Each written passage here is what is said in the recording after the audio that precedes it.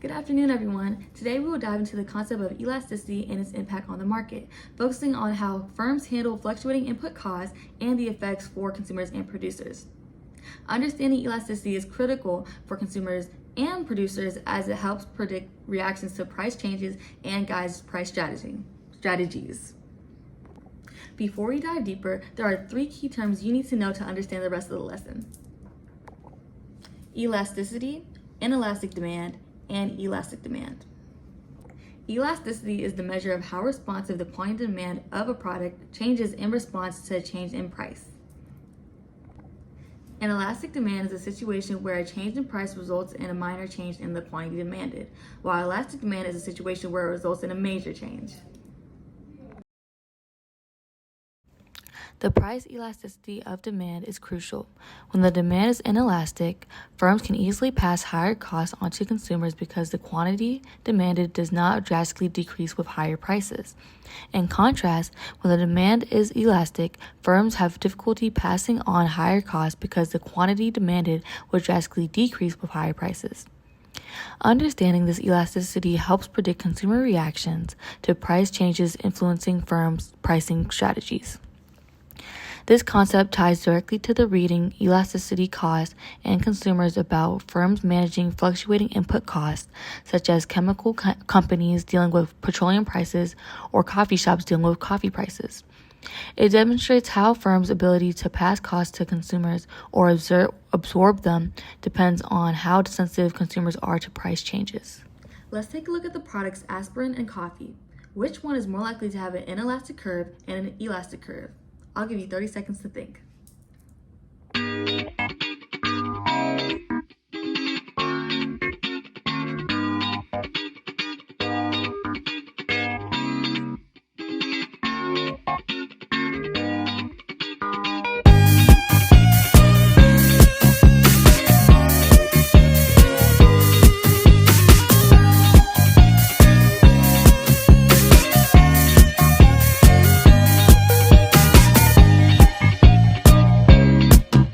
If you said aspirin is more likely to have an inelastic curve and coffee is more likely to have an elastic curve, you are correct. Aspirin is more likely to have an inelastic demand curve. There are way less substitutes, which are alternative products that consumers can purchase if a particular product's price increases, for medication. And consumers who need aspirin are less sensitive to a change in price. Coffee is more likely to have an elastic demand curve. Even despite the drink's popularity, there are a variety of substitutes for caffeine and brands, resulting in a consumer that is more sensitive to a change in price.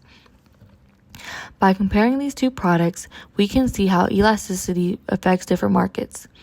The inelastic demand for aspirin means consumers will still purchase it despite price increases. On the other hand, the elastic demand for coffee means consumers can switch to other drinks if prices rise. As we take a look at demand curves, a graph showing how the quantity demanded of a good or a service changes with its price. First, we have to identify which demand curve is elastic or inelastic. I'll give you 30 seconds.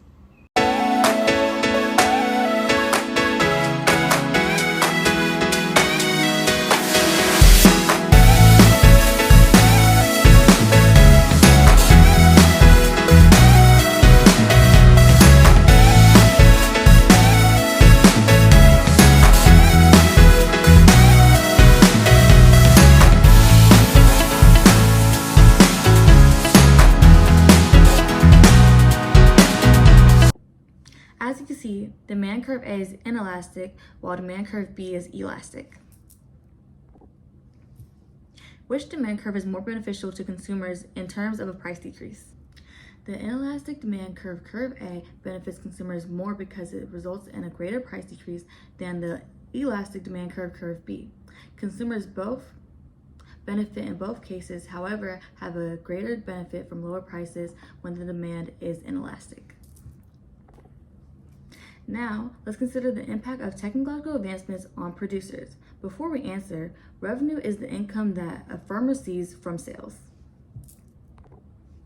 Which situation could lead to a fall in sales revenue for producers with the discovery of new technology? A situation where demand is highly inelastic, demonstrated in demand curve A, the discovery of new technology that reduces production costs can lead to a drastic decrease in prices with a small increase of quantity sold.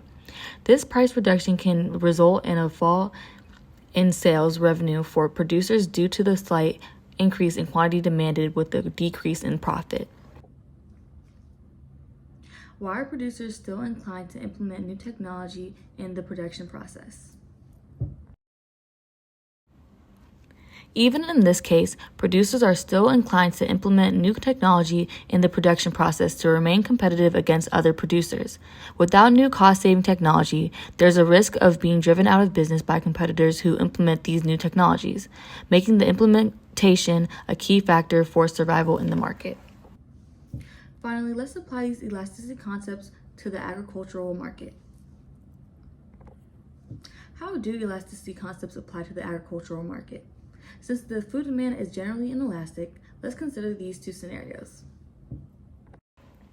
If there is a surge in production, the price of agricultural products would decrease drastically due to the inelasticity represented by graph A. The quantity demanded would increase slightly, resulting in lower prices, benefiting consumers while reducing overall revenue for producers. Due to poor weather or other factors, supply of crops decreases. The price of agricultural products would drastically increase due to the decrease in supply, represented by graph B. The quantity demanded would decrease slightly, but the higher prices would increase overall revenue for producers. This situation could cause affordability issues for consumers due to higher prices and lack of substitutes. In conclusion, understanding elasticity is essential for firms to navigate cost fluctuations, balance between passing on costs and adopting new technologies to stay competitive, and for consumers to understand market changes, benefiting more from price decreases in inelastic markets.